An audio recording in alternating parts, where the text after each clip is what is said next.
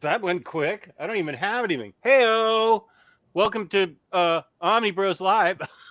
I'm OmniDog, and I'm here with Comics Guide. I just sent you a private chat. Got it. Yeah, I figured that finished our conversation that we were just starting in the green room before we got here. Loud and clear, sir. Got it. Yeah, nice, but a lot. A lot. We should stop talking bad about Geo. Come on. Kane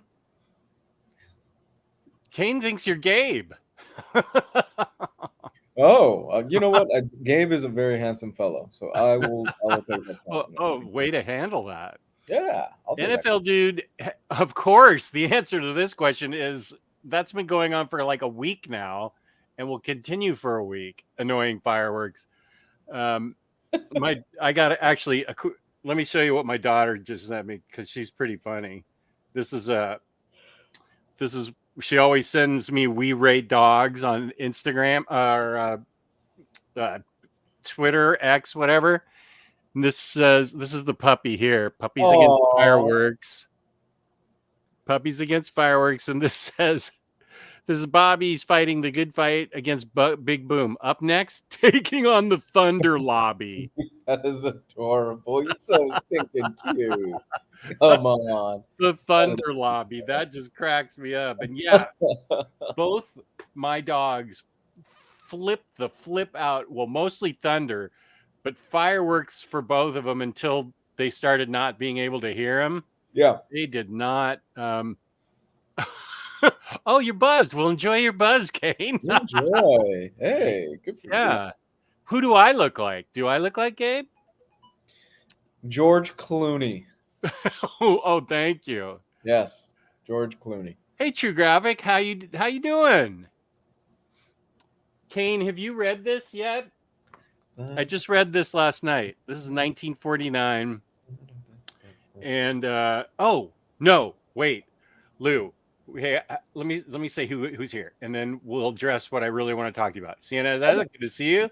William Lee, save your money. You're going to owe me a burger. Sasmurf just finished wrestling.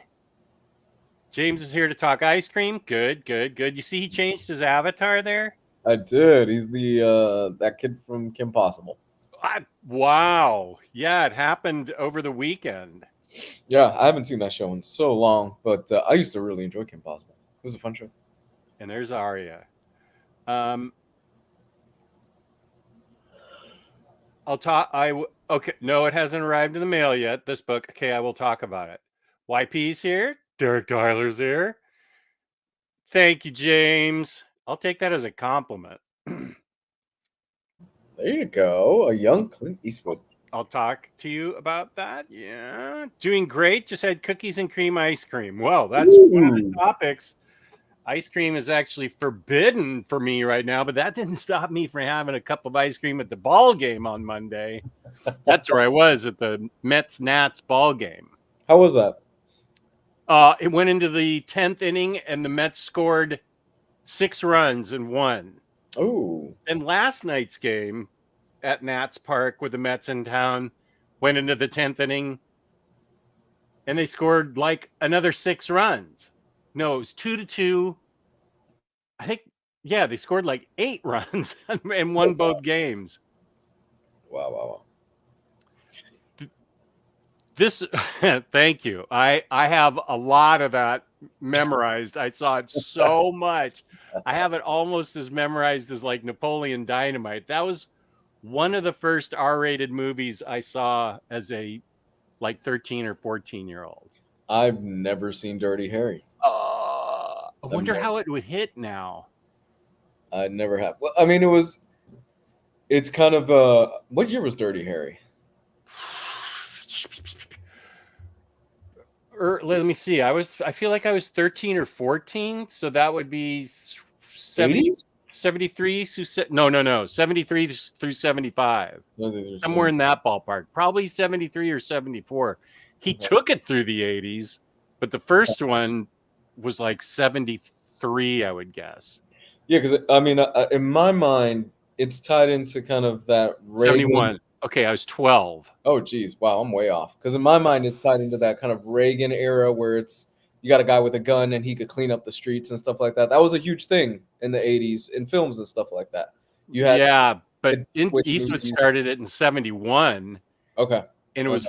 it was right after the Zodiac killings in San Francisco, which I think was Oh, 1970. right. So I think the killer was loosely based on like the Zodiac thing. And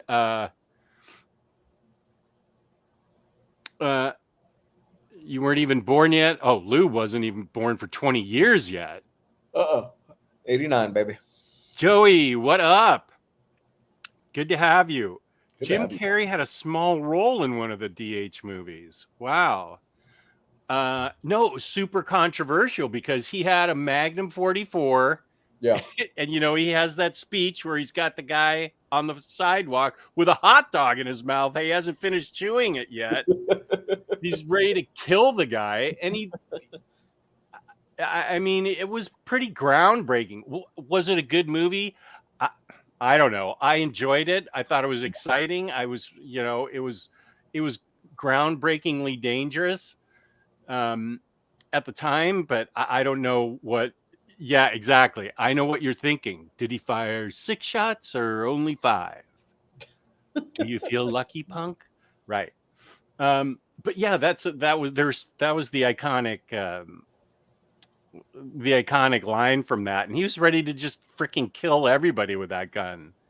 Yeah, Clint Eastwood's catalog is something I have very little experience with. I haven't watched a lot of his older stuff. For example, I haven't seen the Man with No Name trilogy. I've never seen those. I think you dig those. Those are pretty sure I would. Yeah, those are classically cheesy awesomeness. Yeah, I haven't seen those. I haven't seen Dirty Harry.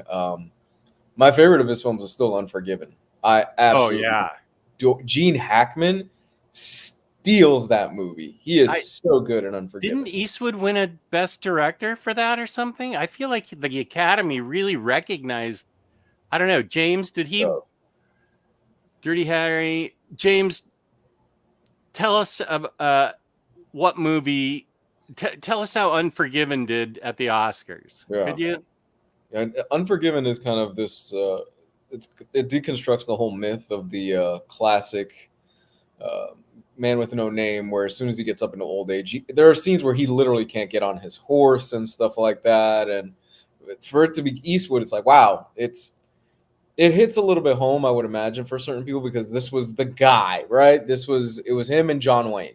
Yeah, you're right. For the purposes for westerns, right? It was him and John Wayne, and seeing him get old and not be able to get on the horse and stuff like that. I think it probably hit a little bit differently for a lot of people that were watching that. Also, let's just be careful. When was that movie made? Because I think he was in his 60s for that movie. So am I. 1990, I want to say 91. Okay, he's like 94 now, so that was 34 years ago. So he was 60, you rat bastard. He wasn't that old. I'm older than that. Hey, credit where credit is due, though. Eastwood is he's directing one last movie. He's got one he's doing one right now. Look at all his last film. Best Picture, Best Director, Best Supporting Actor, and Best Film Editing. Wow, he's direct. How is he like? I think he's like 94. He's still directing one more film. He's got his next movie is his last film. He's 94, 95, and he's directing it right now. He's finishing it up, and that'll be it. I mean, hey, 95 years old and you're still behind the camera is incredible at any rate. Oh yeah, the highlight of my day today, and I'm not kidding, was a 3-hour nap. Oh, I felt so much better when I got up from it. And the biggest thing I did before that was take my 45-minute walk. That's awesome. You know what the highlight of most of our fans' day could be, right? Oh, nice. Wow. Yeah, InStock. That was awesome. InStockTrades.com, where you can get your collected edition. Okay, wait. There we go. InStockTrades.com, where you can get your collected editions for 30% off, up to 60% off. Some of the sales. Don't forget your 2% loyalty discount. They just released a bunch of new releases yesterday at noon Eastern Standard Time. It's a brand new month, so we have a $50 gift card to give away this month, courtesy of InStockTrades.com. $50 or more in an order gets you free shipping. That is still the best deal around. Free shipping, fabulous customer service, fabulous packaging. That's InStockTrades.com. And whoop, got rid of the chat for a sec. Okay, sorry. There we go.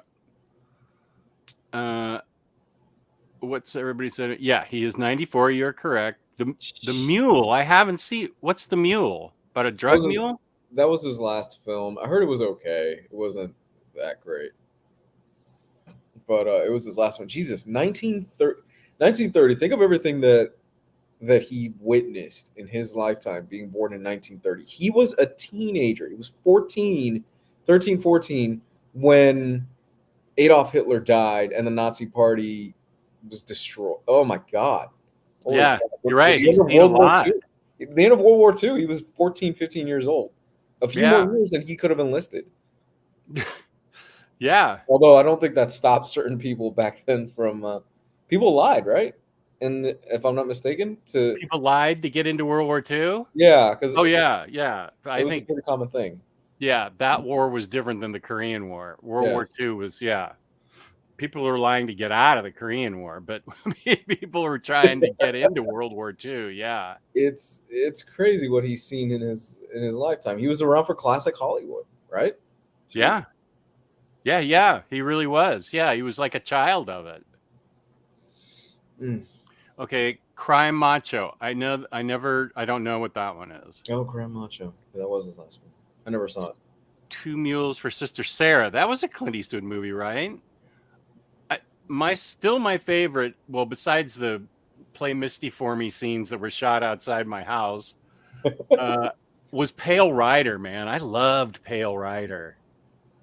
That was great. Never seen it. Don't you put Silver Age Superman with Rom and Micronauts, NFL dude. How dare you? What is wrong with you? You only got one more month, Jess, and you win this. Well, yeah, it's got to be September 1st. I have no idea why I gave him 9. Didn't that come out in like February? Why did I give him 6 months for that? You got this. I should get 2 burgers for that. 2 months. 2 months and you win your burger bag. I don't know, man. You never know. You might wake up one cold August morning and go to IST with your cup of coffee and it's there. And I'll get pissed.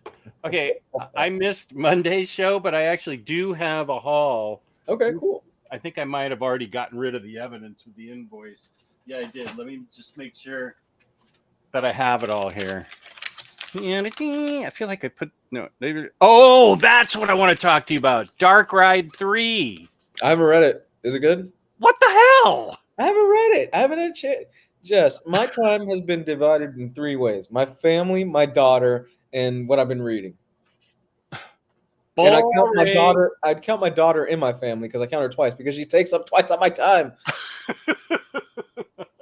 Well, gee, I don't know. I don't want to. I was counting on. You're the one that got me into it, so I was counting on talking. I mean, I spent real money and rush ordered this so it would get here over the weekend so I could read it. Okay. Tell you what, I'll read it by Monday. Promise. Oh, by next Monday? Okay, yeah. We can have that conversation. But what do you think? I thought it got stronger and stronger and stronger. And then I think the ending is going to depend on the reader. Okay. I won't say it was a super strong ending, but I'll say it was an ending that made me smile.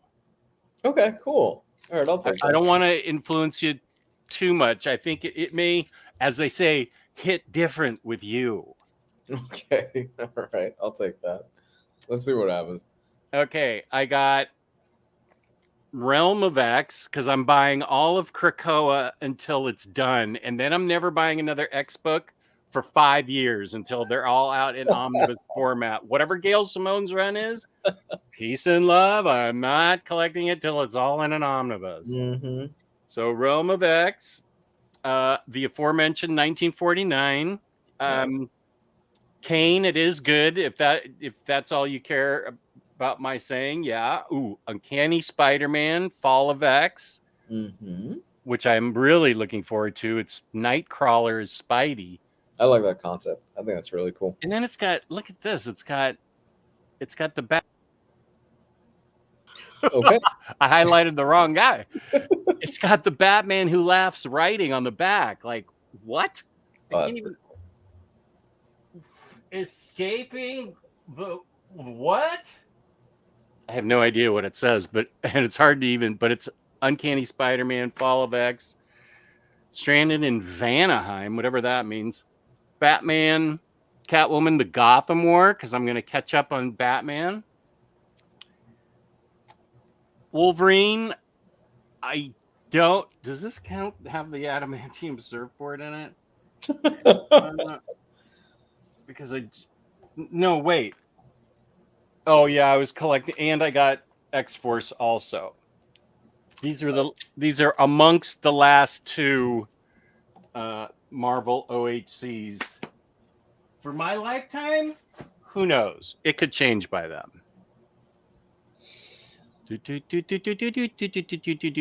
Josie Wales was great. Yep.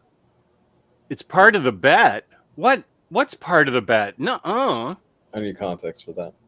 He's talking about putting Rom and Micronauts with Superman. No, it was only Silver Age Superman that I had the burger with him. Oh, Rom went on sale the week after it came out. It hit red tag sale. That was quick too. Jesus. Oh yeah, it was like the next week. Yeah.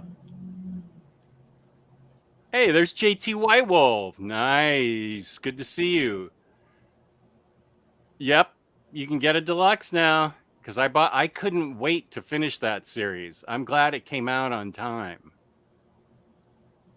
Notice how similar Pale Rider was to Shane with Alan Ladd. Yeah, I think it was an homage. You're right, buddy.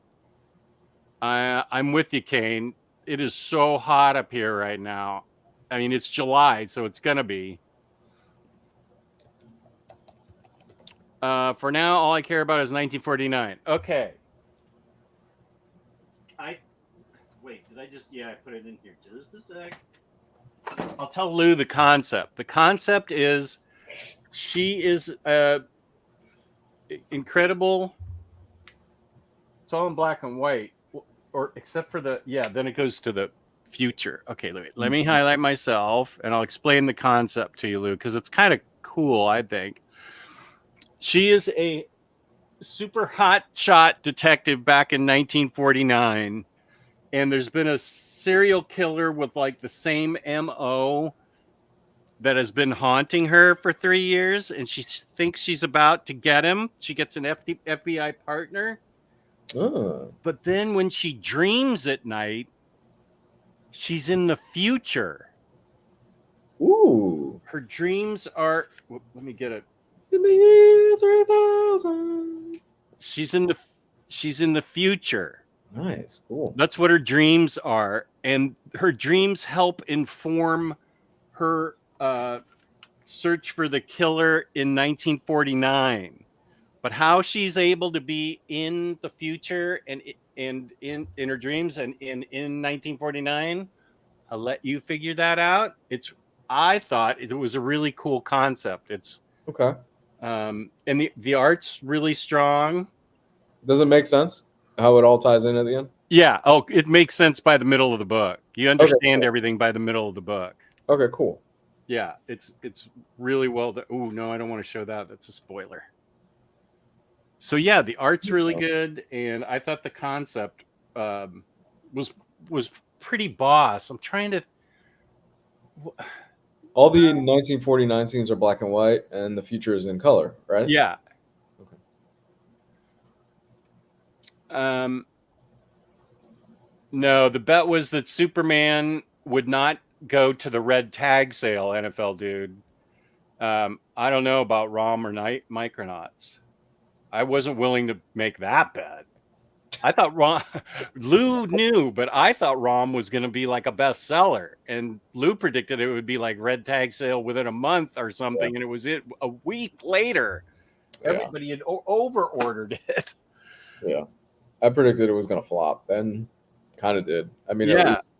I don't know about Micronauts. I was just incensed that not NFL, William Lee had the gall to say that Superman Silver Age was going to go red tag. The audacity. The audacity, yeah. Has it been talked about that Absolute Transmit Volume 3 is copying a reprint? No, it's not. Here's another burger bet between me and Lou. I think we talked about it a couple weeks ago that Gabe and I had sold ours for like ridiculous money because we knew at some point that it was going to get reprinted. Mm-hmm. Now, they did torture us a little bit with 1 and 2 getting reprinted before the obvious number 3 getting reprinted. But yeah, they did. No, it's fine. We talked about it and just said, I think Gabe and I were just laughing at ourselves that we were able to pull that off. The people are willing to give us money for books. Now, there are some books that won't get reprinted, but I just had a strong feeling that Transmit 3 would. I think the interesting part of that, JT White Wolf, is that Very Fine Condition was the one to announce that. And he's playing his cards very close to his vest right now about how he got that info. So that was interesting. He usually only does Marvel stuff, and he was the one to announce that. So maybe he has a contact there now. Who knows? Ooh, that's interesting.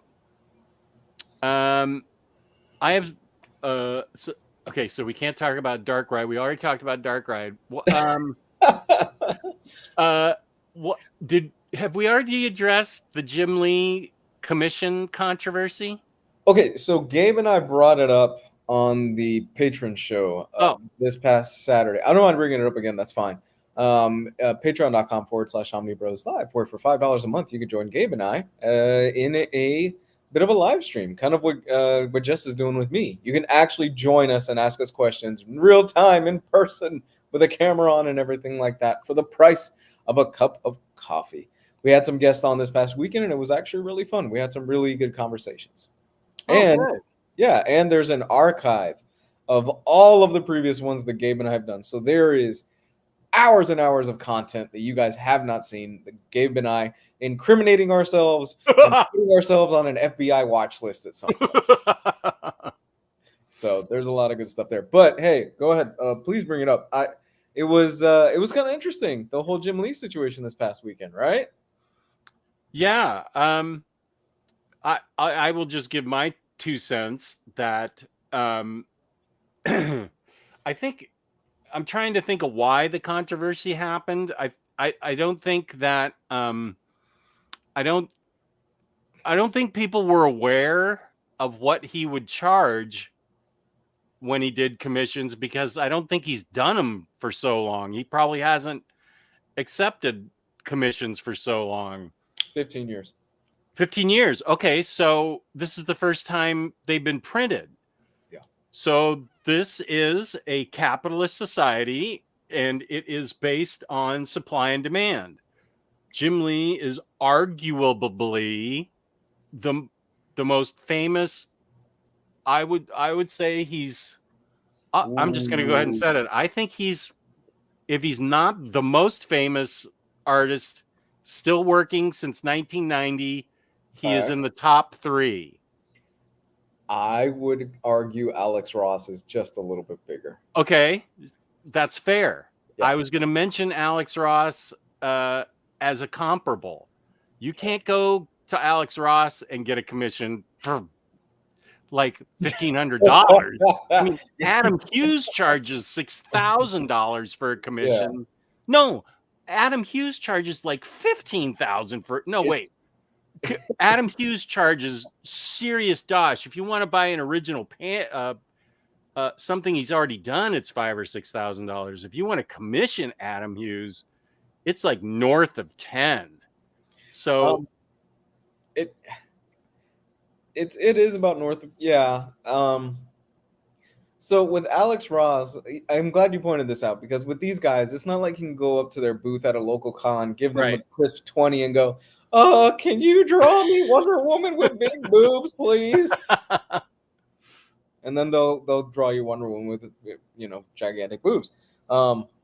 These guys, me and Gabe talked about this. These guys are top of their game. You brought it up. Jim Lee is one of the biggest guys still to this day. He's top. He's at least top 2. I will say he's top 2. You will not get any disagreement from me with that. Yeah, and I agree. You have to factor in the fact that he's the CEO of DC Comics and actively running it. Yeah. Yep. Okay, here's the other thing. He has 9 kids. Yes, he does. 9. Is he Korean Catholic or what's happening there? I don't know. That's a hell of a lot of kids.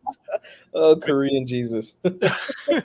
But he's and this is a capitalist society. We do what the market will bear, supply and demand. Like Lou was saying, you can't go up to him at a con and he'll do something for you. He has to set the prices high so he's not inundated with every Joe bag of donuts. Would I love to have 30 G's that I could just splash out for a Jim Lee panel of my choosing? Yeah. Okay. But I'm not doing that. So it's obviously people that are in a different league than I am, but he's 100% entitled to charge whatever the fuck he wants, because if you don't want to buy it, you don't have to. All right, here's it in your face. I've got a breakdown of what happened. Okay, wait. This is a good question because I don't know. Okay. Jim or his art rep released that info was leaked. People were whining about how he's flexing on everyone for making his prices public. Okay, maybe you can address that too. Okay, what was it? There's NFL Dude at 8:30. Jim Lee is the most famous comic book artist of the past 30 years. Jim never left comics to work on design for movies, shows, or video games. He made his millions just in comics. And William Lee brings up a good point. Oh, sure. Other expensive art, like you're not going to go into an art gallery where some famous artist has a painting, you know, who I don't know fine art, but anybody out there knows that real art costs real money. And I'm not talking about some conglomerate buying a Picasso for $200 million. I'm talking about well-known artists charging real money. This is art. This is our art. It's art. Thomas Kincaid, right? You know, oh my God, don't bring him into it.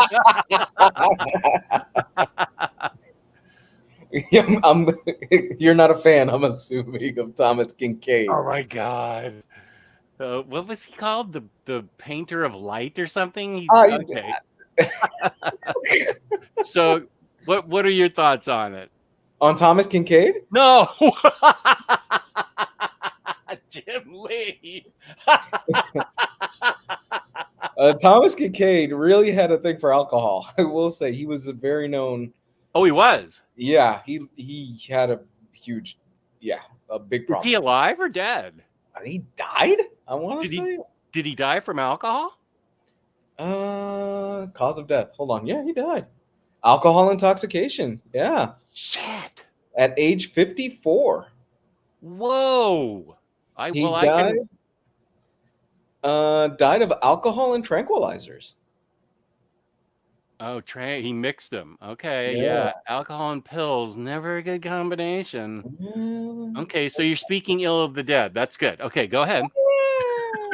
It's Thomas Kincaid. I mean, I was never a fan of the guy's art. He was kind of known as a bit of a dick in real life. But okay, what were we on? Jim Lee, right? So Jim Lee, that was a good rabbit hole, though. Jim Lee.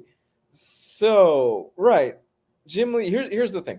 For the first time in over 15 years, Jim Lee will be taking this comes from CBR, right? Who posted the statement. Will be taking commission requests to be delivered exclusively almost all shows he is appearing. The offer is an exclusive for show attendees only, so it's not like you can message Jim Lee and he could whip it up for you, and won't be shipped out. So you got to pick it up there. There is a limit to 6 per show, so it's not like the guy's gonna have a line outside the door for this. So that means he has to go back to wherever he's staying and okay, I didn't even know that. I thought he was going to do it from the comfort of his home. It's going to be at shows. Okay. At shows, and it's only 6 per show. Per show. Okay. So an 11 by 17 inches full figure, 1 character with limited backgrounds will run you, Jess. How much? 11 by 17. Yeah. What do you think, Jess? Let's break this down. 11 by 17. That's bigger than a comic book. I would say that's 20,000. You would be correct. Yeah, spot on. 20,000. If more than 1 character, extra background, or recreation of other covers not drawn by Jim will be 25,000 to 35,000. So if I want the Gotham City Sirens on that, it's going to set me back 35 G's. How much would you pay Jim Lee to draw Harley Quinn with really big boobs, Jess? That's the question right there. The boobs thing, I don't care about. Harley's pretty well represented. Okay. She's a typical. What's with the big? I know what you're going for, but Harley Quinn, I would be okay with like a profile pic of Harley Quinn, like I got from Adam Hughes. He did that for me on a Harley Quinn blank, and he drew her classic costume. And I was fine with that. I was like, cool, I have Adam Hughes. If Jim Lee did that for me, I'd be fine with it. I wouldn't need, although it would look really cool if I had an 11 by 17 of Harley. Wait a second. Is it colored? I don't know. It doesn't say that. All it says is what I read for you. I'm not paying 20 to 30 for a black and white. He better be putting in Copic markers or something for that, Dodge. Okay, so a 9 by 12. Waist on up figure with limited background. How much do you think, Jess? 9 by 12. Okay, wait. That's a different size than 11 by 17. Yes, sir. Waist on up, 15. 9,000 to 15,000. 15,000 will have background, and more. The more you pay can have. Man, they really fucked up this sentence. Okay, we'll have backgrounds, and more you pay can have other characters or scenes. Huh. Okay. So for $9,000, I could get Harley from the waist up. Yes. Now that wouldn't work if I wanted a shot from behind for Dick Grayson as Nightwing. No, cheeked up Nightwing, that will not work. That would have to. I would need to put him on a bigger piece of paper. So yes. So Dick and his butt cheeks. I wish I hadn't said that.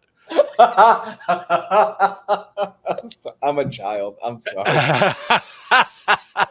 Nightwing would set me back probably 12 if I. Well, okay, so just a waist up of Harley would cost me 9. Okay. Yeah. So you started with what was the most expensive. That was the 11 by 17 for up to 35. That's with background and other characters. Yes. Yeah. I can see this already. I'm in trouble now. So here's the thing, and I'm gonna be honest. Yes, the price is high. That said, I don't think it's terrible, and I'll explain my reasoning behind that in a little bit. Okay. I don't think it's terrible, and if I had it, I could see myself opting for the 9,000. I could see myself. It's very pricey, but part of me is like, I could kind of see myself throwing cash at it. A small headshot sample is shown. How much? Is that profile or full on? It's a small headshot. Wolverine with the ears coming out. Batman 2 ears coming out. Full frontal face. Yeah, size is 3.25 by 7 inches, and side profile only. Oh, side profile. So that's like on a comic book blank cover. Yeah. Wow. I got that for free from Adam Hughes. Tula Lotte charged me $100. Darwin Cook did one for me for free in that Absolute New Frontier. Oh, that's right. Okay, so the 5,000? That one's a grand. Only a grand? A grand, yeah. A grand. You could have an original Jim Lee. I think. Well, here's the other thing why they charge so much. Because I bet his original art on eBay is he's trying to make sure that he gets. First of all, the money goes straight to Jim Lee, so that's good. Anybody that wants to flip it, I think he is trying to protect against that. That's why I would charge so much. I could see that. So there's more. Okay. A blank cover comic only bust shot with no background. How much? Oh, bust shot? So that's frontal. On a blank cover comic. Okay. So I could get okay, wait. Okay, hang on now. How much is that? Blank covers, a blank cover of Harley, so it'd be your waist up, frontal. Well, it'd have to be more than 1,000 if that's what a profile was. A full head on, I would say that's 5,000 then. 8,000. Damn and it. 12K if it's a wraparound. Jim Lee will supply the blank cover comic, but you can supply one at the show if you would like. I would hope for $8,000 he supplies the comic. 8,000 plus. I'm going to sell you this blank comic for $100. Thank you, Mr. Lee. I saw a screenshot of a scalped Jim Lee commission sold for 22 grand recently. Yeah, that. a scalped reseller. Okay, a scalper reseller. So he flipped it. So that's exactly what I was saying. He wants to protect himself from somebody flipping them and going on eBay and flipping them, which is why I learned just recently from Josh Greathouse that creators are happier if you have whatever you get done personalized. Yep. So that you won't get it, you won't flip it. Yeah. That's why I had Adam Hughes do several for me. He signed whatever I wanted, and it's not hard for him. He's just AH, and I just wanted him to sign it. But he drew Harley, and I said, "Could you please make it out to Jess?" Yeah, I think that made him feel better that I wasn't going to flip it. A lot of creators and a lot of artists, they'll ask you, "Would you mind if I make it out to you?" And that's more than likely the reason why, because if it's personalized, there's a much less chance that you're going to go ahead and flip it, right? One of my biggest regrets in this comic collecting community is I had to sell at the time the Absolute New Frontier that I had, and it had a personalized thing from Darwin Cook, headshot inside of it of Green Lantern that he did. I was so strapped for cash. It was a really horrible time in my life. Why didn't you sell it to me? I'd have bought it from you. I was going through a lot of really rough shit. It was a really rough time in my life. I sold it to somebody in the Omnibus Collectors group, which, hey, if you're in the chat right now, and if you have it, or if anybody's got a lead on the guy that sold it, please get at me that I sold it to, because I will buy that right now. Oh, you should have sold it to me. I don't even remember you're selling that. I know we knew each other. We've known each other since. Yeah. I was in a really rough place at that time in my life, money, just personal life, and a whole bunch of stuff. So I ended up flipping it. I remember that. Not knowing he died like a year later, and it just kills me to this day that I ended up giving that up. But yeah, so Jim Lee, a few things, and we brought this up on Saturday's show, so I'm going to just truncate a lot of the conversation that I had there. Jim Lee is 59 years old. Not old by any stretch, right? Thank you. But the last time he did commissions was about 15 years ago. I can see how this might be one of two things. It might just be him kind of testing the waters of him seeing, I wonder if I could do this as kind of, I'm 59 years old. I want to spend more time with the kids, with the grandkids and stuff like that. And with the wife and everything like that. I've got a few years maybe left, and I just want to kind of, do my glory days. And then he might just do the con circuit, and he'll do commissions, small amounts like this. Which you got to think, it's Jim Lee. People are going to pay this. Yeah. It's only 6. It's really only 6 commissions. And the stipulation is he gets to choose which one he wants to do. So it's not like you can go up to him and go, I want the entirety of the Justice League on this blank cover. Can you do it? He has final say on what he wants to do and what he doesn't want to do, and it's only 6. There are people out there that will pay Jim Lee $20,000 for original art. Easy. Oh, yeah. Obviously, we are not in that camp, but there are people that will pay it. And the other thing is, once again, it's Jim Lee. He's arguably, like you said, Jess, top 2, top 3 comic book artists that are alive today that are still, Jim hasn't done interiors in a while, but his name carries weight. For me, Jim Lee... It's a big deal when he does a comic cover right now. Yes, it's a very big thing. For me, Jim Lee is my Batman artist. When I think of Batman, I think Jim Lee's design. I think of the treads on the boot.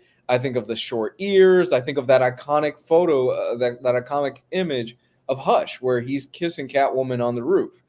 That is my Batman. That's an awesome, that is an awesome shot. It's in the rain, right? It's beautiful. It's gorgeous, man. I'm not the biggest fan of Hush, but that art is, oh, God. I love that book. Oh. I have up on top of my bookshelf, I have almost all the Mafex figures. I'm not willing to spend money on a Joker figure. F that. But I have all the other Hush characters, including Batman and Catwoman, because I love that series so much, that book. So who, besides Alex Ross, who else would we compare? Like, pick one other. Who's one other incredibly famous, game-changing artist like Alex Ross and Jim Lee? Thomas Kincaid. Thomas Kincaid. Come on. We are shitting on Thomas Kincaid's legacy. I think it's fine. I forgot where I heard about this story where Thomas Kincaid was apparently blasted and he was Disney and he got caught pissing on a statue in Disney or something, saying, "This one's for you, Walt," or something like that. What? I heard this story years ago. I don't know if it's true or not. I hadn't heard that he was a big dick, but I mean, part of me is sympathetic since I've been sober for 16 years, so I feel bad that he couldn't get it together. Yeah. I know that it's possible. Yeah, this is true. Yeah, Jim Lee Silac, that swimsuit issue where he's got, that was Jim Lee. That was Jim Lee peak. Why am I? What? Oh, I don't think am I not getting enough light showing? That's because I'm a real American, Jess. Shut up there. There you go. Look out. Okay. I hope he doesn't get people in line or walking by saying shit to him, because they're gonna. I hope not. There are not rational people out there like you and me who can go, okay, he's charging it. I can't afford it, but this is how we do it in a capitalist society. Yeah. And there's going to be dipshits that walk by and go, "Fuck you, Jim. You think I can afford that, you dick? What are you doing with 9 kids anyway? Do you have to feed all those 9 kids? Why don't you set one out at night or something?" Oh my God, Jess. We are clearly never going to have Jim Lee on this show. No, we're defending him. I'm saying that as a joke. We're defending him totally. So, again, we were on the artist. Who else could pay that price? I mean, if you ask Neil Adams would probably charged you an arm and a leg for his, but I couldn't afford to even take a picture with Neil Adams at some points. I mean, he was charging $25 for selfies. And I was just like, thank you, but I love you, but I'm not paying $25 for a selfie. But I mean, a Neil Adams commission. See, here's the thing. He had started to lose it by the last. When I say lose it, he was not at the top of his game still Neil Yeah. Adams. Yeah. And that happens. Yeah, he died. He lived to be an older guy, so that's good. I mean, he got, but his skills weren't quite there. Jim Lee and Alex Ross, they're still at their peak right now. They could still go, but they could very much still go. I mean, given enough time, Jim Lee could still do. He won't do a monthly. He could do a limited series over maybe the span of quite a few of 2 years. Let's say every 2 months, right? He could probably bang out an issue or two of a comic. He's also super busy. So I would say maybe before he died, George Perez. Oh, George Perez. Before he passed. But he was getting long in the tooth for a while too. Yeah, but he was a solidly super nice guy. Well, Jim, I'm not saying that personality shouldn't play into it, but George Perez was such a nice guy. I wonder what his commission prices were. So, I mean, I'd have to say, I think it's got to be Todd McFarlane. No, not Todd McFarlane. It's got to be Jim Lee, Alex Ross. Todd McFarlane, I can't see charging that much. I mean, Todd, he's pretty popular. He's still very popular. You know, for a lot of people, he is the Spider-Man artist, right? Yeah. I don't see him demanding that much for an original piece like that. Jim Lee is arguably the biggest artist of the 90s. He is the biggest comic book artist of the 90s. That X-Men run, and he was oh yeah, that X-Men #1 is iconic. And but then he still kept churning out, like you said, he churned out Hush, which was memorable. Yeah. The art in Absolute Batman and Robin was the only reason to buy that book. Except I actually read that for a guy that had a YouTube channel. He was having me read it for him, and I went on and I said, "Why did you have me read this? It's just perfectly fine looking at it. You actually made me read this thing. This is the worst thing I've ever read." And I've read Dark Knight Strikes Again. You know what? J.H. Williams. Not. I don't think he's a great artist, but I don't think he could charge 30 a commission. Wow, I will say, know. I think Adam Hughes gets like 15 or something for a commission. I don't know.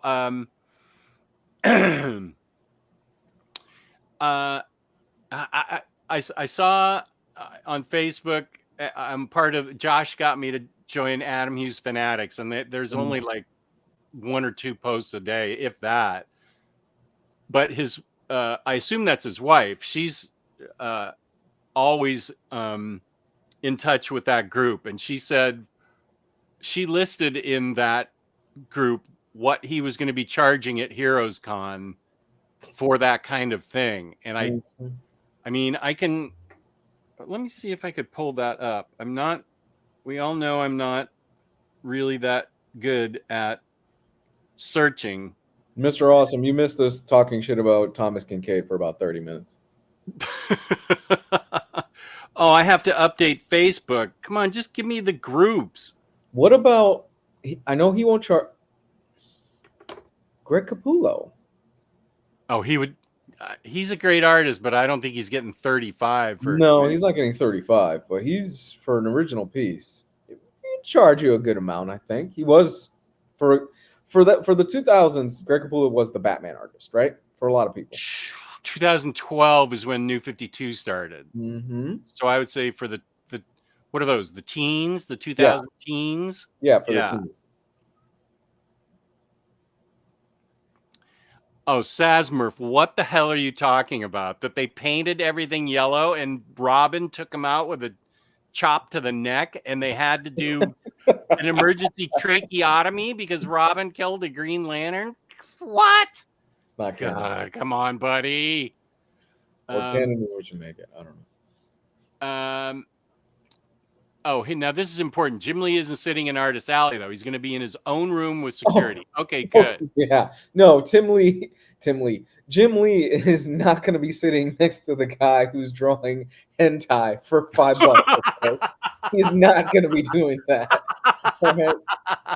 hentai. Yeah. So do you want the tentacle or do you want the furry? Which one do you want, bud? That's not going to be Jim Lee. Jim Lee's going to be off in his corner, and he's going to probably do like a lot of the big guys are going to do, where he's going to have his own space. He's going to take the commission. He's going to go back to his hotel room, knock it out, and then bring it back the next day. I'm raining on your parade here, Sasmer. Cleveland Brown also likes All-Star Batman. Hey, peace and love. Except I'm dunking on you, and I'm not supposed to. I'm always like, everybody's opinion is okay as long as there's no hate, and I'm the one hating, so I'm a hypocrite. I think the price is fair to a certain extent. I think it's fair. He's 59. Who knows? And the last time he did open this up was 15 years ago. Who knows? This might be it. This might be a one-time thing where he's like, yeah, after this, I'm not going to do this again. Or you never know.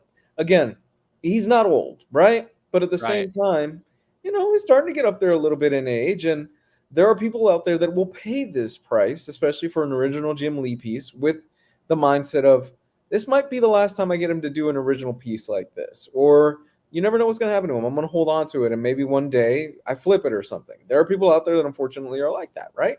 For better or worse. So he has to protect himself from that. Absolutely. If I had the dosh, I'd throw in for a $9,000 piece. Okay, for you to do that comfortably, you'd need to be making well over 6 figures a year for a while, because you've already moved into a super nice house. You've already got 3 cars. You're paid off. Your house is paid off. Your cars are paid off, or else you've got a mortgage that's, you got a 2%. You refinanced it. There you go. I'm arguing about people spending too much money on coffee these days. These goddamn millennials. Yeah, you're getting it. See, you're getting it. I got a thumbs up. Yeah, because that's well, hopefully there's nobody that's draining their bank account and saying, I want a Jim Lee piece, and that's like all the money they have. Hopefully there's nobody that's doing that. It has to be disposable income. Like, I spend money on vinyl at $30 a piece for vinyl, and I do that under protest because that's too much. But that's what I disposably spend my disposable income. So, but even dropping $1,000 on something, I looked at Adam Hughes' prices, or my favorite guy in the world, Mike Allred. He charges a lot for commissions, and I'm not going to argue with whatever an artist wants to charge, because that's what the market will bear. These guys are not dumb. They're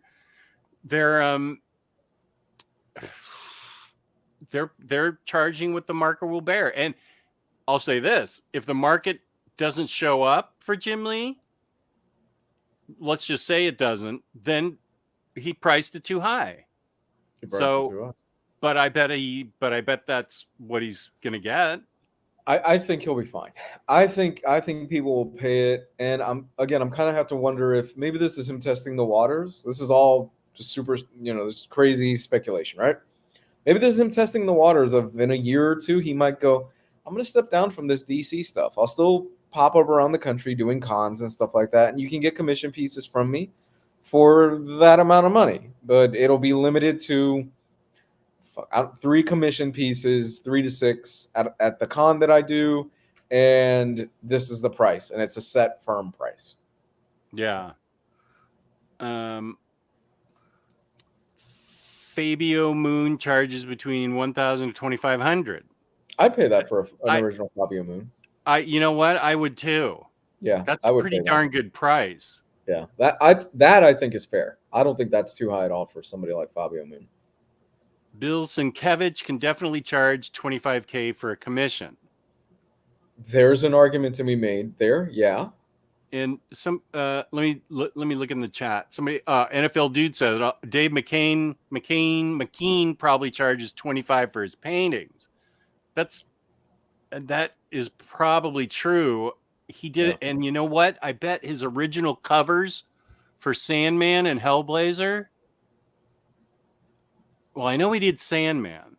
He did it a bunch, if not all of them. He did like the first 25 or whatever he did. I bet those original covers go for real money. You know, I'm such a whore for this guy that I'd pay the $9,000. Which guy? Mike Mignola. Oh yeah. I'd pay $9,000. But that's a commission. I would pay $9,000 for. Depends on how big. A commission of who? Lobster Johnson? Abe Sapien? Would you go Hellboy? Hellboy eating pancakes? I think I would go Hellboy Hellboy. Jr. Oh, that's what I'd pay for. Little Hellboy eating pancakes. I think I would either go Hellboy or I would go with Abe Sapien. The further evolution of Abe Sapien as you go through the series. Okay. But yeah, I would probably pay $9,000 for something like that. Okay, I'm looking at the chat. Talking about how high interest rates are. Yeah, I'm sorry. Oh, Jeff's sitting there pretty with his 2%. Oh, dude, we're renting. I didn't buy this house. Oh, you didn't? No. Oh, I thought you bought. Oh, no, hell no. I don't want. No, that's why we moved, because I didn't want to deal with the house upkeep. You and I are on different trajectories. You want a house. Mm-hmm. I do not want a house. I'm like, I don't want the upkeep. Something goes wrong in this house, I call my landlord, and I've already done it. First day we put wash in the washing machine, water all over the floor. Ooh. We had a new washing machine in 2 days. Nice. I thought you bought. No, it's Gabe. Gabe's the one with the 2%. Oh, okay. Yeah, that makes sense. But yeah, he has kids. You have kids. It's just Patty and me, upper management and me. Yeah. We don't need a big house. We had the big house thing for a long time. Yeah, we're working on it. You know? Yeah. My credit's not the best. I made some stupid choices in my 20s, and I'm paying for it now. But we're working towards it. Yeah, and that's fine. You're at the right age to work towards it, and you get it, and then you live in it for 30 years, like I did. It's the goal, man. It's the dream.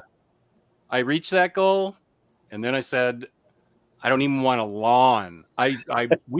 We picked the house that has the trees in front and there's no lawn. It's just mulch. I said, I ain't mowing anything. Forget it. You weren't a lawn dad, you know, one of those guys that obsessed over the front lawn and made sure the grass was cut and nobody could walk on it. Nobody could walk on it. No, the grass was always cut and everything. I mean, everything was always taken care of. I do have a really funny video that we took when Kelly was like 12, because the kids next door, the boys next door, the mom was like, I'm paying for you have a house to live in here and I'm feeding you every day. You're doing work for me. And she'd have her little boys out there mowing that lawn. I said, okay.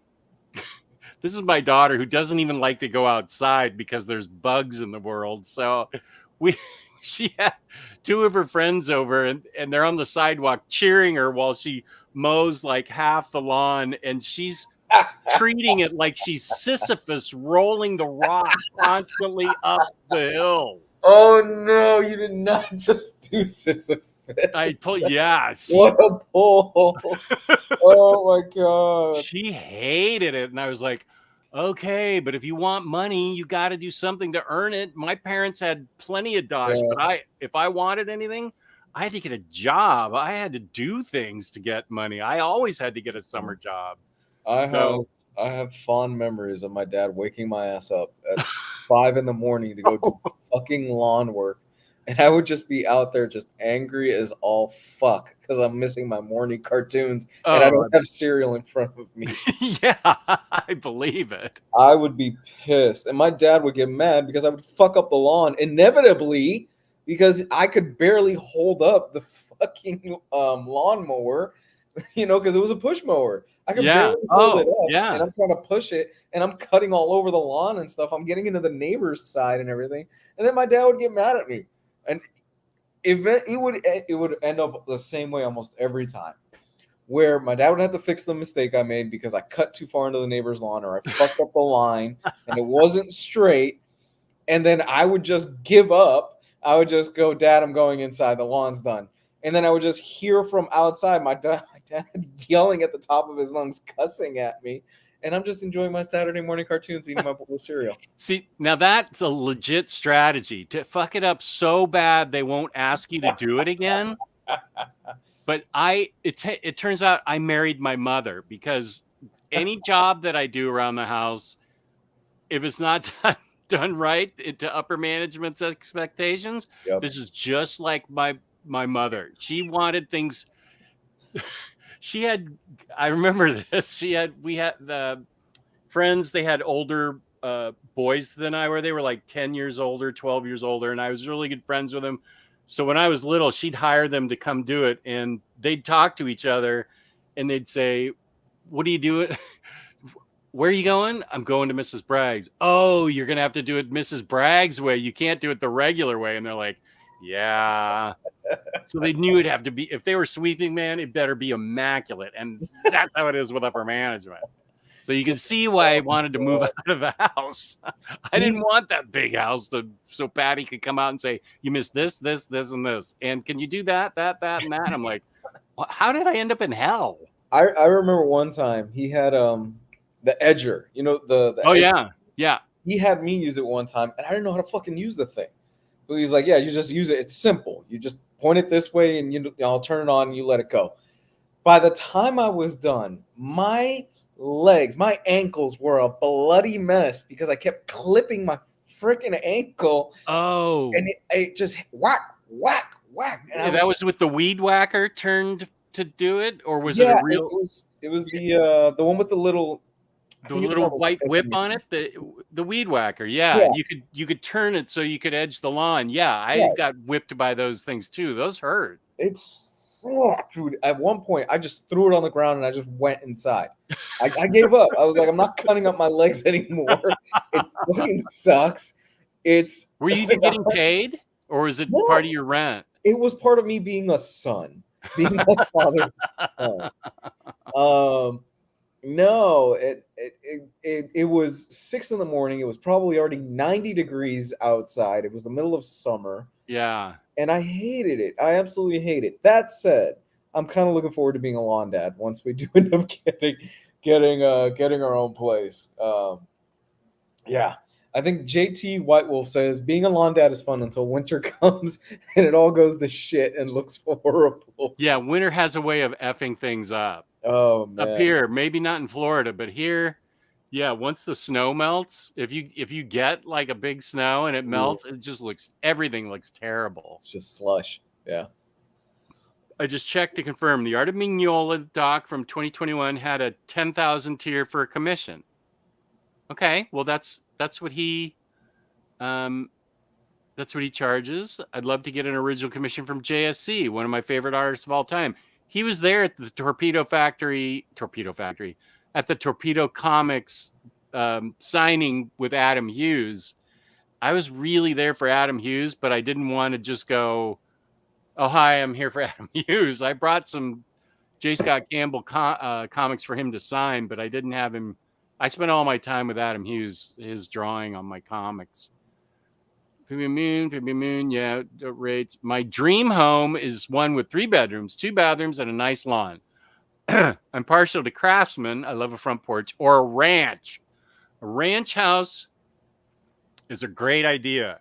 The only thing that I'm going to say against a ranch house and why we got a townhouse is because while this is the secret to our marriage being successful, I'm down here in the basement all day while Patty's up on the second floor in her crafting room all day. And we text each other, "Hi, how's it going?" And that's the secret to a happy marriage. If we were in a ranch, it would not work. But it'd be easier on my knees without the stairs, I'll tell you that much. But ranch houses look cool. I really like them. Anyone who needs to mow the lawn at 5 a.m. shouldn't be expected to mow in straight lines. Yeah, that's a lot to expect. Oh God. I think my dad it was his way of going, trying to raise a man or a boy or what. I don't fucking know. anymore. Oh yeah, I can't say what your family dynamic was like. I don't. Yeah, I don't know. I think it was his way of maybe trying to spend time with me. I'm not Okay. sure. It always inevitably ended with him fighting with me. Oh It went boy. very well. Well, Lance would like to change the subject, and he says he's hyped you're starting Mistborn soon. Hey, awesome, man. Thank you so much. Yeah, Mistborn is part of Brando Sando's the universe that he's got in the books and stuff like that I'm reading right now.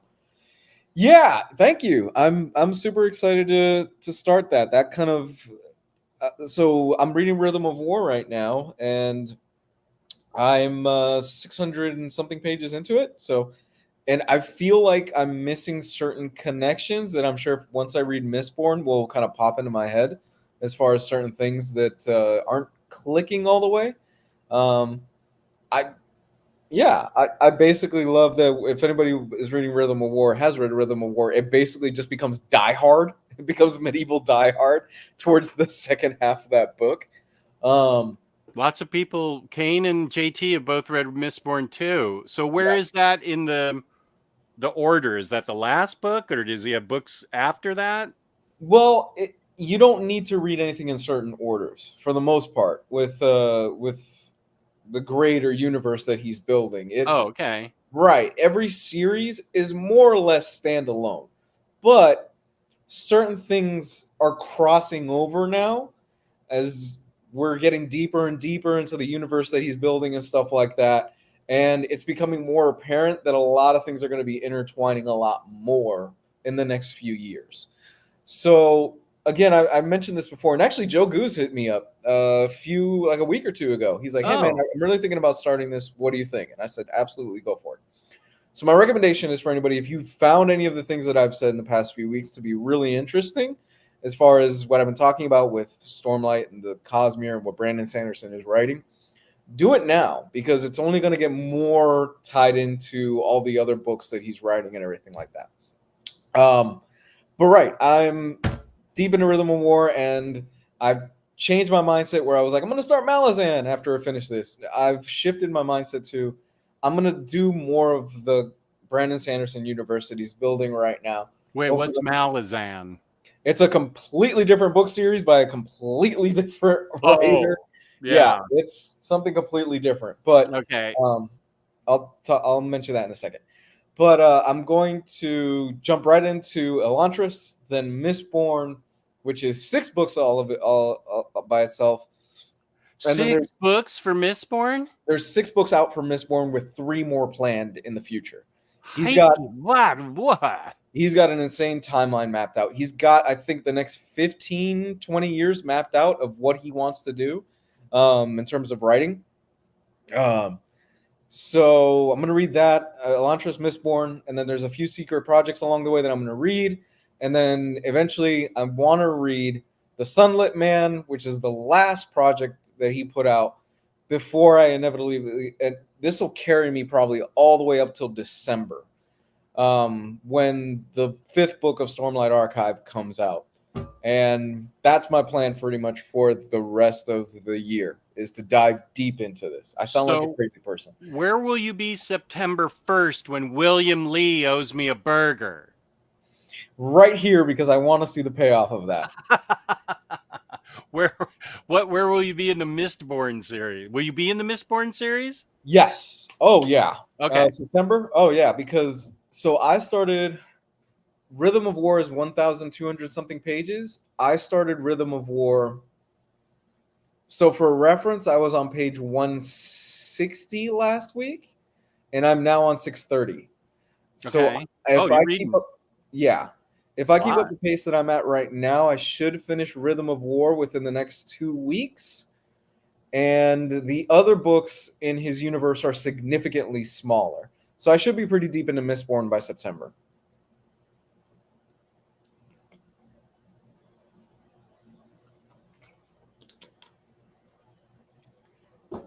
Yeah.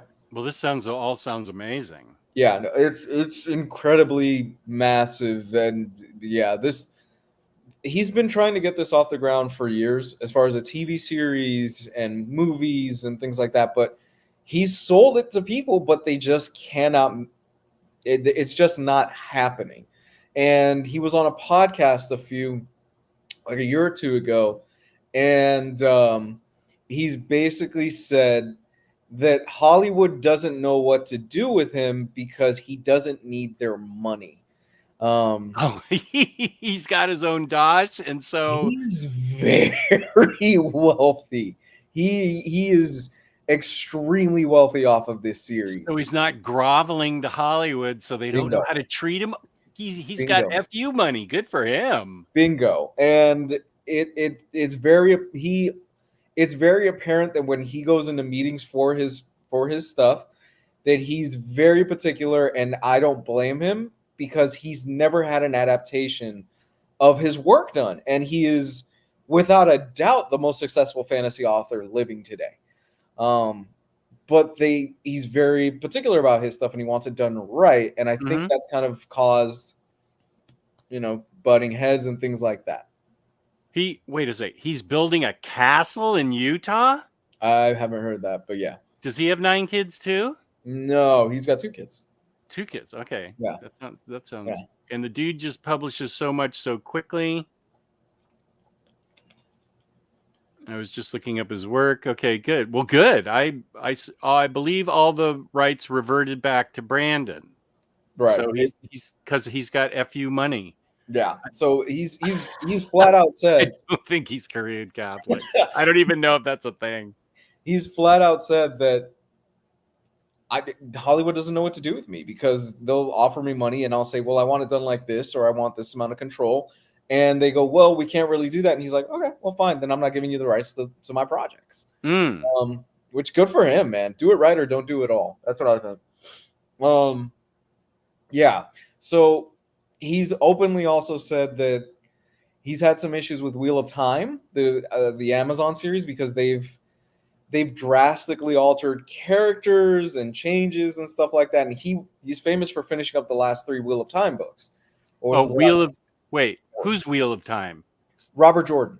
Robert Jordan. Okay. Yes. So, wait, was there a movie of Wheel of Time? There is an Amazon TV series of Wheel of Time. And they mucked about with it? Huh? They messed with it, characters and stuff? I don't know the specifics because I've never read Wheel of Time. Actually, this is a Ryan Sace question because Ryan has read the series and has heard the audiobook multiple times. Okay. So he would know better than I would.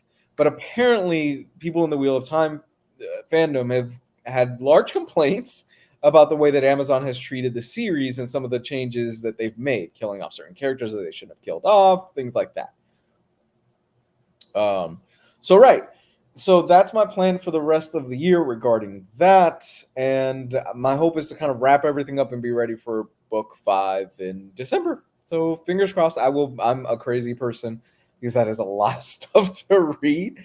But I find this super intriguing and just insane how deep I'm diving into this stuff. So, oh, wow. Lance just finished book 3 of Wheel of Time. Are you enjoying book 3 of Wheel of Time? Because I've heard the issue with Wheel of Time is that books, I want to say 8, 9, and 10 are a bit of a slump, and it's really rough. Part of it is because I think Robert Jordan around this time knew his health wasn't the best. So for somebody that's read that series, please let me know. It's all right. Happy 4th, Cage. Thank you. Here's a good question. Because I think that is a good question. If you could start reading the books again, which one would you start on? I would start, honestly, at the very beginning with Elantris. Because that was his first published work. And the first one, technically, in the universe that he's building. I would start there, because I think jumping into Stormlight is a very huge, daunting thing. Even though it's perfectly, you can do it like I did, because that's where I started. But you will miss references. Lance loved it. Okay, good. Wait, what were we talking about? What did he love? Wheel of Time. Wheel of Time. Okay. Yeah. 9 and 10 have been a slog. I'm still working on 10. Been a couple years. Jesus. Wouldn't you have forgotten what you've read in a couple years? I know I go a couple weeks. and I forgot, especially with Hickman stuff. I know I'm talking about comics again. That's fine. Sorry. No, But please. but like Avengers, I went back after 2 weeks and I was like, I have no idea what's going on here. I got to start over. So a couple of years, I don't know that I would know what was going on book 10 of Wheel of Time. Yeah. Yeah, it's Wheel of Time is one of those series I've always wanted to start, but I've always been intimidated because it's 14 books. They are huge. So I think I think it's a bit intimidating for a lot of people just because they've heard how great it is and stuff like that, but it's also got the reputation of it having a slump, unfortunately. So that's tough. Yeah, now it's a big commitment. Is he still alive? Robert Jordan? Yeah. No, Robert Jordan passed away. He passed away, I want to say 2010. This is a famous story. I've talked about it previously on the show, but real quick, Robert Jordan passed away after having finished, and somebody could correct me in the chat if I'm wrong. I believe it was book 10. He was able to finish book 10 of 14. And when he passed away, Robert Jordan famously said he wanted nobody to write his books after he was done. He wanted his wife, who was his editor. Yeah, his wife was his editor, and his wife is a famous editor. She was an editor for Ender's Game. Yeah. Wait, Ender's Game. Orson Scott Card? Yes. I've read his stuff. That was back in the 90s when I was actually reading real books. Yeah. She was his editor, who was his wife, and he told his wife originally he didn't want anybody to continue the series after he died. Bulldoze my hard drive, I think is pretty much what he said. But closer to the end of his life, he felt, I kind of owe the fans an ending to this series. So, honey, before I pass away, please find somebody that you feel, she was his editor, so she would know it more than anybody else. Please find somebody that you think would finish the books. Okay, so Jordan finished book 11. Okay, cool. Please find somebody that would finish the last 3 books.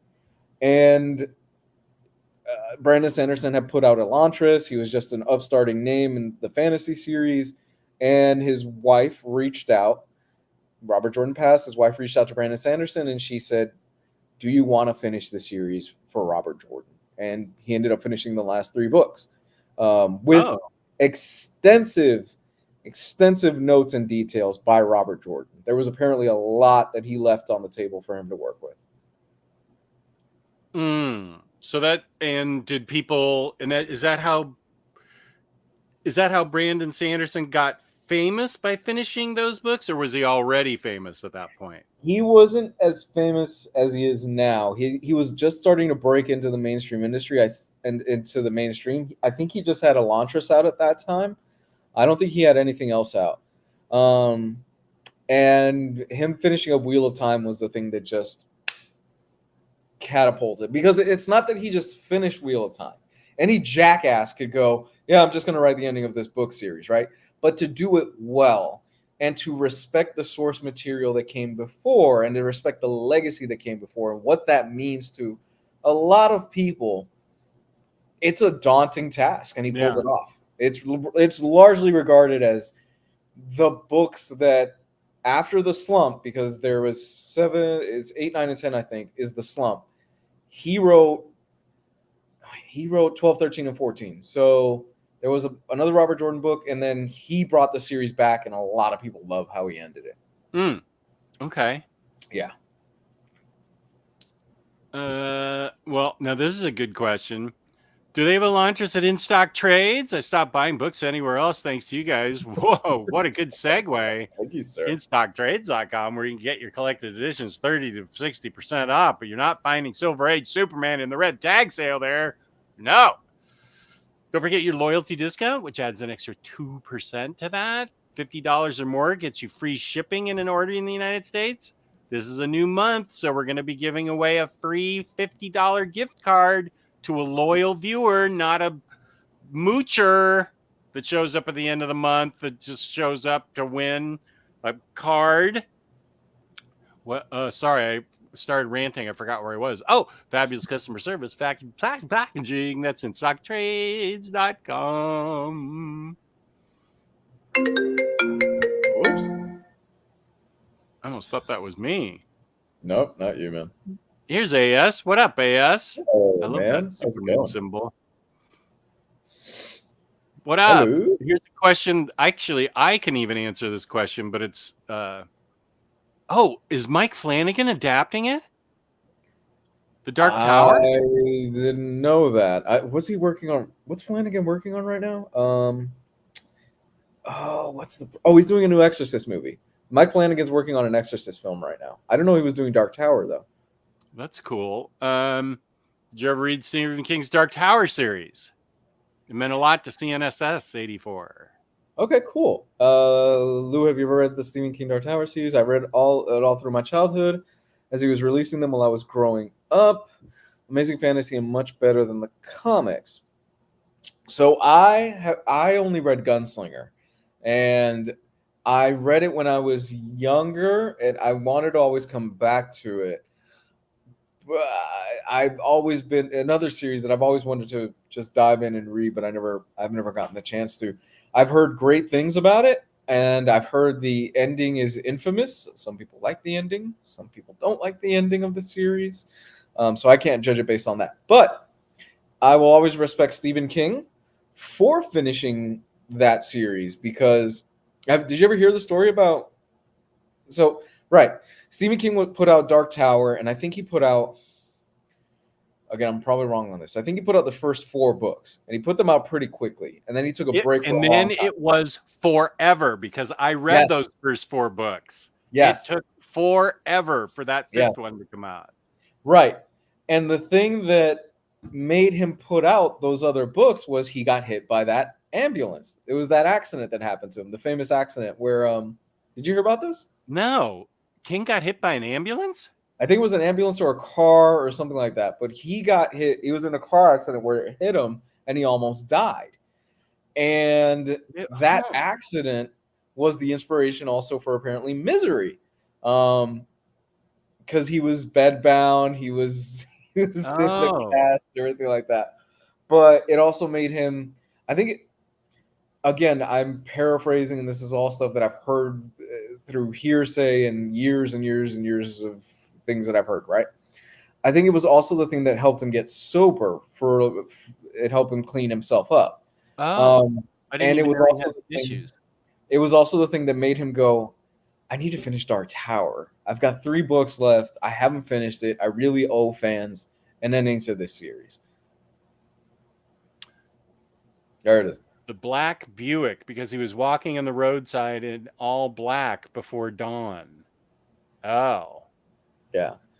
So, I will always respect. I think this is not me getting on my high horse, and we'll get back into comics in a minute, but I think the chat loves it, so it doesn't matter. I do think as an author, if you start a series and you have something mapped out and you say for years and years and years, it's going to be 4 books, it's going to be 3 books, so if it's going to be 6 books, right? And you build an audience, I think you have a bit of a moral responsibility to the best of your ability. Life happens, things happen, right? There's obviously flexibility in that. I think you have a moral responsibility to finish it for the audience. And, because I think there is a certain relationship there between an author and the works that he puts out. And the same thing can be applied to comics, right? There is a certain moral responsibility that if you put something out, you want it to be the best that it can be. And nobody goes into writing or nobody goes into the creative field thinking, I'm going to write something that's absolute shit just to put it out there. Thomas Kincaid might be that guy. I don't know. But I think there's... You like how I brought that around. He's gonna haunt your dreams tonight. And I think that there is a bit of a moral responsibility in finishing out what you start to the best of your ability. Obviously, there's things that happen, and it's disappointing. It's disappointing when you've got guys out there who they just, for whatever reason, just can't finish it, and it's kind of heartbreaking a little bit. Because you as a reader spend money, you spend a lot of time investing yourself into these characters. Yeah. Not get a ending, it kind of sucks. I devoured books 1 through 4 Of Dark Tower. of Dark Tower. Yeah. And I mean, I was into it, and I know exactly what you're saying about investing time. And I mean, it was so inventive and such interesting world building, and the characters were so interesting. And I read book 5 and I loved it. Mm-hmm. Then I picked up Song of Susanna, and it starts out with the tropiest trope that ever troped, that was so cornball and stupid to me. I was like, He put didn't himself in the Bugs book. Bunny already cover this? Didn't Daffy Duck and Gil Kane already cover this? This is ridiculous. Why are you dragging this into that? And I was so pissed off that I stopped. And I said, okay, good. I hope the man in black catches the gunslinger and kills him. I don't care anymore. I was so pissed off at the first 10 pages of Song of Susanna. I was really pissed. But I love those first 5. They were great. Yeah. Yeah, my to read pile of anything these days is massive. Comics, books, it's insane. It's just insane. So I know I'm committing to reading Justice League Dark Rebirth again. I read it in floppies, or not floppies, but the trades. And it's like 1,500 pages, and I've got all these other little books. I'm like, maybe I should knock off 10 or 15 of these little books, these paperbacks that I can do before I donate my life to this. I did read Secret Six. Secret Six is like, oh, I loved it. Yeah, good stuff. I put out a video on it, how great it is. This is just great trade dress for the spine. But I read this in a day, almost a full day. It was so good. So I mean, I can knock out Justice League Dark Rebirth in a weekend if I have the entire weekend, or 3 days maybe, because I know it's compelling. It's as compelling as this. I mean, I loved this. This was so good. But everybody, if you haven't seen my video, this isn't mapped properly. My video gives you how to read this because they stick in a Birds of Prey crossover that Gail Simone also wrote, and that's really good at DC because it adds a lot of warmth and personality to a particular character, but it's in the wrong order, and it's a major spoiler. Birds of Prey needs to come after. So after the first mini-series of Secret Six. So I don't have my notes in front of me like I did for the video, but if you read it how they have Birds of Prey in there, it spoils the whole next 300 pages. So you need to it's a big spoiler. So if anybody out there is wanting to read Secret Six, watch my video that I did a couple weeks ago, or just look. Well, no, give it a view. Give me 5 minutes of your time.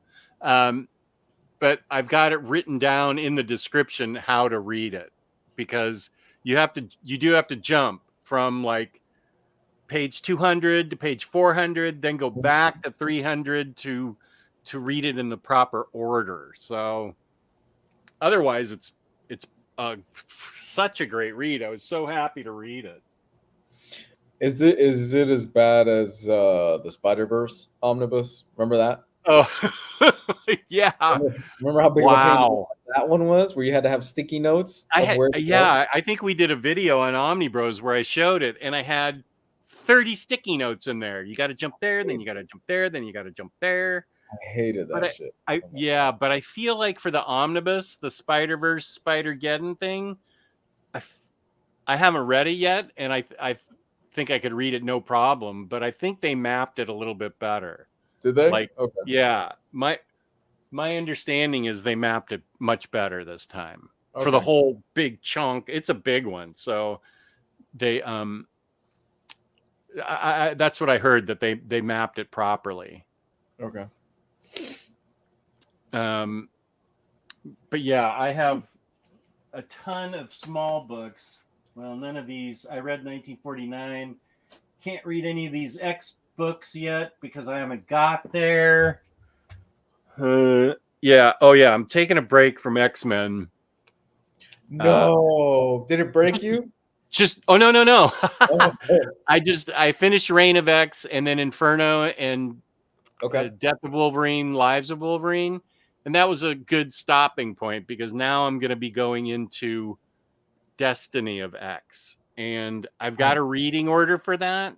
It's just single trade after single trade now, and I have to put them in order to read them. But that felt like a good stopping point for me to read like Justice League Dark Rebirth and catch up on a bunch of other smaller books. But no, it didn't. It didn't break me at all. I thought Reign of X was awesome. I loved almost all. There was only one story arc in there that I did not care for. Mm-hmm. Otherwise, everything was solid. Trial of Magneto by Leah Williams, such a good read. It was so great. And you can go see my video on that if you go to my vault instead of watching this show. Oh, no, wait till we're done. Then you can go watch it. Go watch my stuff. Spider-Verse OHC was mayhem. Yes, it was. It was, but I'm pretty sure. I mean, I'd have to go to the bookshelf of shame over in the other room to get the Spider-Verse Spider-Geddon one, but I think it's more.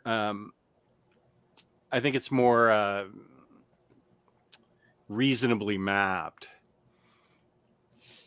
I think there are now more X series planned than after Hoxpox, like 13. Oh, you mean after Fall of X? There's more X series. I think they are already doing like 6, right? You want to talk about? You want to talk about Sisyphus? This is you pushing up that wheel up against this hill. This X-Men run. I'm getting it done, and then I told you, I'm not reading X-Men for 5 years until it's all collected in Omni format. I'm surprised you're not burned out. I really am. I'm impressed. It's been really good. I've really enjoyed it. This is the deepest I've gotten into X-Men, and I've really enjoyed it. Nice. If it was crappy, I mean, Dawn of X had one series I didn't dig. Yeah. Wait, what was the name? Reign of X. What came between Dawn and Reign? Oh, wait, Reign. I'm thinking of. Okay, wait. Let me go right here. You are going to be our Omar for this generation of X-Men. I'm completely wrong. I goofed it up. It's Trials of X that I loved so much. Okay. That's the third anthology thing that they stopped at. Reign of X was good, but Trials of X was all bangers except for one thing that was not worth talking about. And I tried being nice about it in my video. Fair. That's, we tend to generally be pretty positive on this show. We've all read stuff that we're like, it wasn't that good. But we tend to highlight a lot of positive stuff because we want to bring a lot of positivity into the community because there's a lot of negativity out there. So our shows are generally pretty positive. Yeah, well, we like comics and we want them to be good. Absolutely. And it comes back around to what I've said is that nobody sets out to write a bad comic, right? Nobody sets out, I'm going to write the most garbage thing, except for J.J. Abrams. Henry Abrams. You can't fucking tell me that dude didn't at least try that little. You remember when you're in elementary school and they go, this is how you outline a story, where you do the circle, you do the little branching things and the smaller circles. You can't tell me that fucker didn't at least try that. Come on, man. That's right. Reign 2 came out this week. Yeah. That Reign 2. I haven't read that in forever. I can't even remember. Was that bad? I can't remember. Was that a bad book? I can't remember. You're using Fall of X as your jumping off point. That me too. Yeah, I'm jumping off. I might read. I love Gail Simone, so I might read her X-Men on MU. You're right. But yeah, I'm jumping off after I catch up with Fall of X, and then peace and love, no more X-Men. I have too much to do. Batman and Superman. Got to catch up on those. I'm so far behind on Batman. It's ridiculous. Not that far behind on Superman. I don't even. Who's the current writer for Detective? Who's writing Batman and Detective right now? I'm so behind on that stuff. Is James Robinson? No, not James Robinson. Joshua. I think Batman's still Zdarsky. Is it Zdarsky? Okay. I think Batman's Zdarsky and Detective. Is it Joshua Williamson that's writing Detective? Oh, Rom V is doing Detective, and it's supposed to be really good. Okay, cool. I'll be reading Rain when it hits MU. I love how do you say that? Kari Andrews. Is that Spider-Man Rain? Spider-Man Rain 2? What are we talking about? I remember reading Spider-Man Rain in floppies, but that was 2012 probably, unless it was earlier than that. That was was that bad, Kane? I don't remember. I mean, should we be renaming the Golden Abrams after whoever wrote Spider-Man Rain? No, God. The bar is so low on that shit. Bloodline, the Nepo comic. God. Rain. Okay, that makes sense. It was in an old box of comics. Was it crappy or good? I can't tell from the way Kane was saying that at the point where we were talking about it. I think she's trying to say it was really bad. Yeah. Okay. Well, that makes sense because we were talking about bad books. Oh. Yep. Yep. I forgot about that. Yep. Who wrote that? Yep. Oh my God, that's so gross. Who wrote that? Oh my gosh, I have to read it again just so I can read the and misery. somebody in editorial said, "Let's bring that back."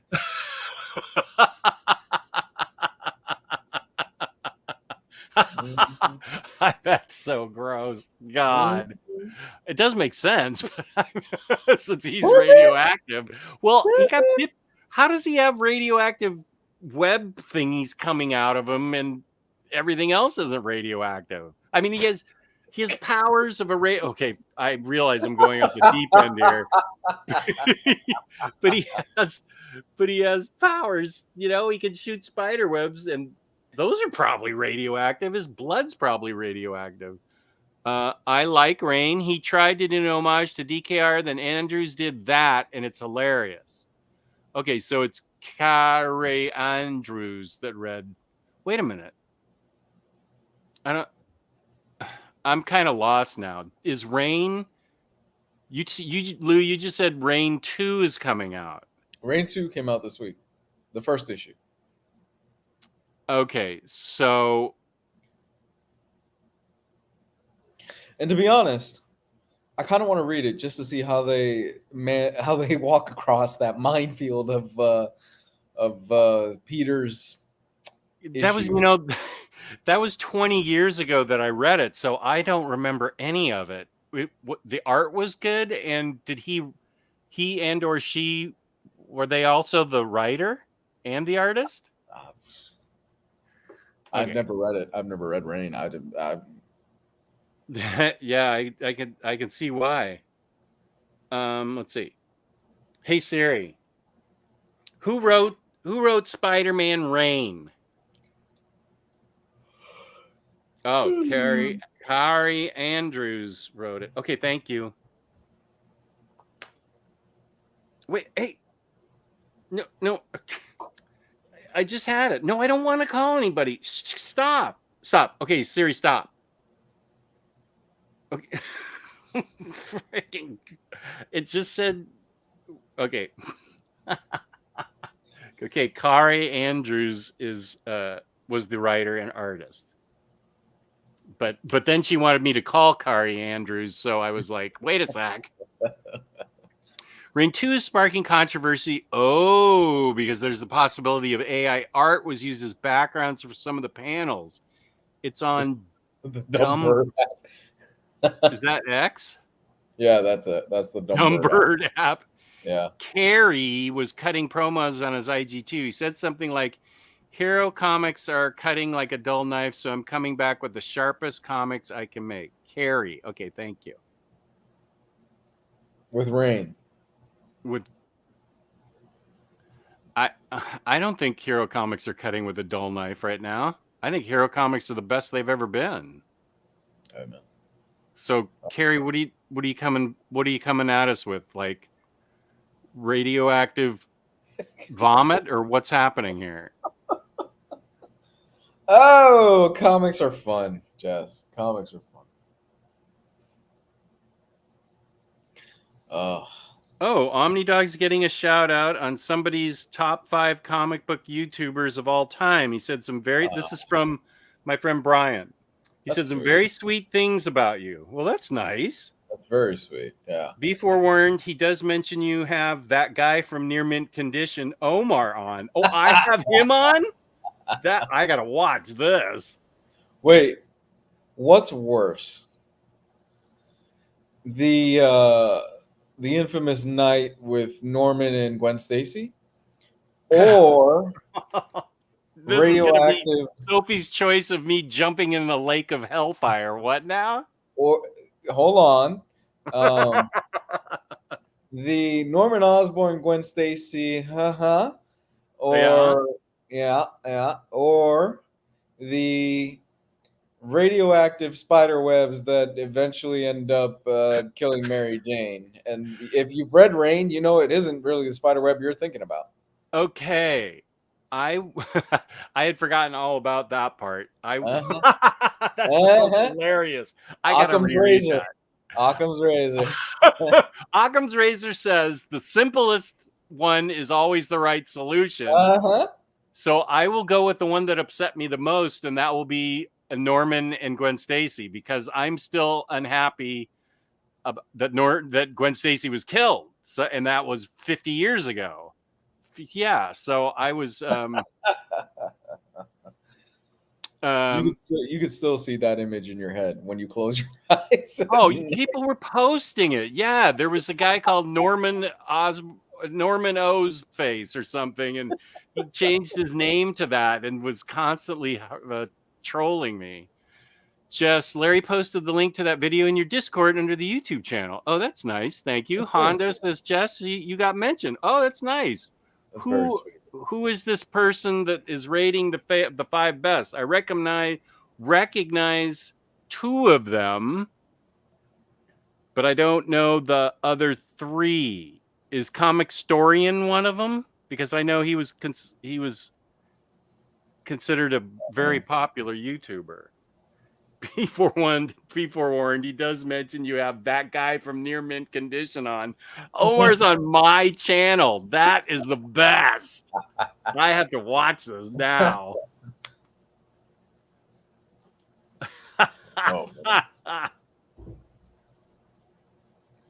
That's hilarious. Oh my gosh. Omar's on my channel.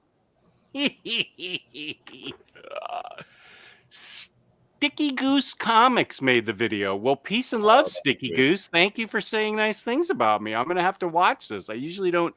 Why is this not doing it? I have to watch. I usually don't watch other YouTube videos, but if you say something nice about me, I gotta. He said some very sweet things about you. That's really nice.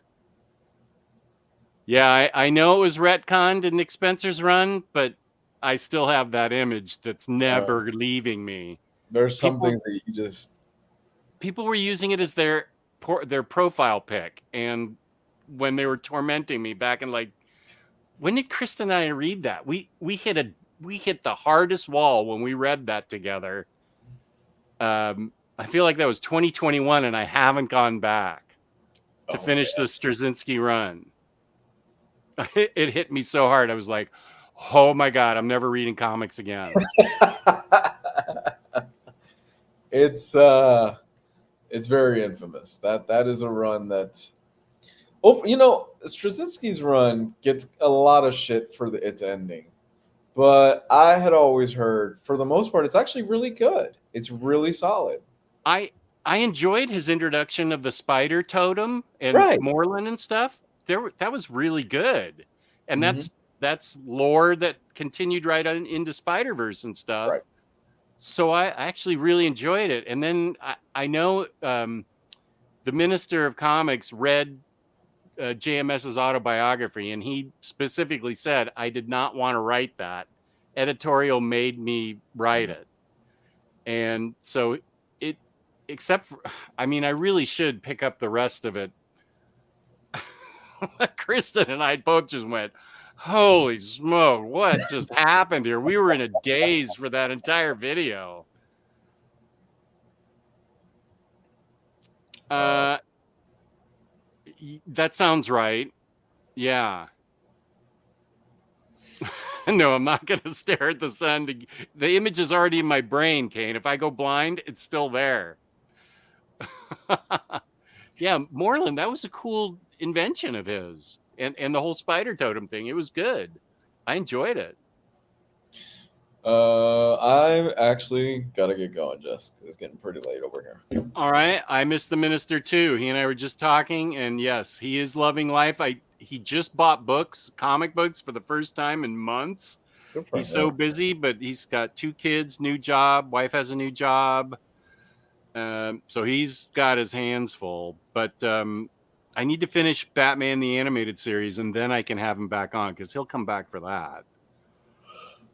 Okay, well, we have to knock off. This has been a really fun, Lou. I'm glad we got to do it together. We didn't even get to talk about ice cream, which is too bad, because every time I go to the Safeway pharmacy, I have to pass that box of Biscoff ice cream bars on my way to the pharmacy, and I look at them and I just go, "Oh, someday you will be mine, and we'll have you in 10 weeks from now." Yeah, we got into a huge discussion about comic books and fantasy books and Jim Lee's art commission. Yeah. I just got Snoop Dogg's ice cream, by the way, and it's fantastic. Oh, yeah. You said you like the orange creamsicle? Yes. The orange creamsicle is delicious. So if any of you out there have not tried Snoop Dogg's ice cream, I really recommend it. It's delicious so far. I want to get the PB&J one, but I can't find the peanut butter and jelly one. It's sold out. I go. Yeah, Bunk's going to be out of town or has plans for this Friday, so we postponed Crime Corner to the following Friday. And I have to redo my Larry's Library book club day, because it needs to be it's causing too many having it on the day it is. That's when junior management comes over to visit, so I have to move that permanently on the schedule. So peace and love. You can find me on OmniDog's Vault, and you can find Lou here exclusively on OmniBros. Yep. Have a good night, everybody. So thank you, everybody, for watching, and I will play us out with this one. Oh, wait. Don't forget to leave fireworks and beer under your America tree tonight, so Kid Rock can visit you and bring you gifts, okay? I'll let Kid Rock visit you and bring gifts. So have a good night, everybody.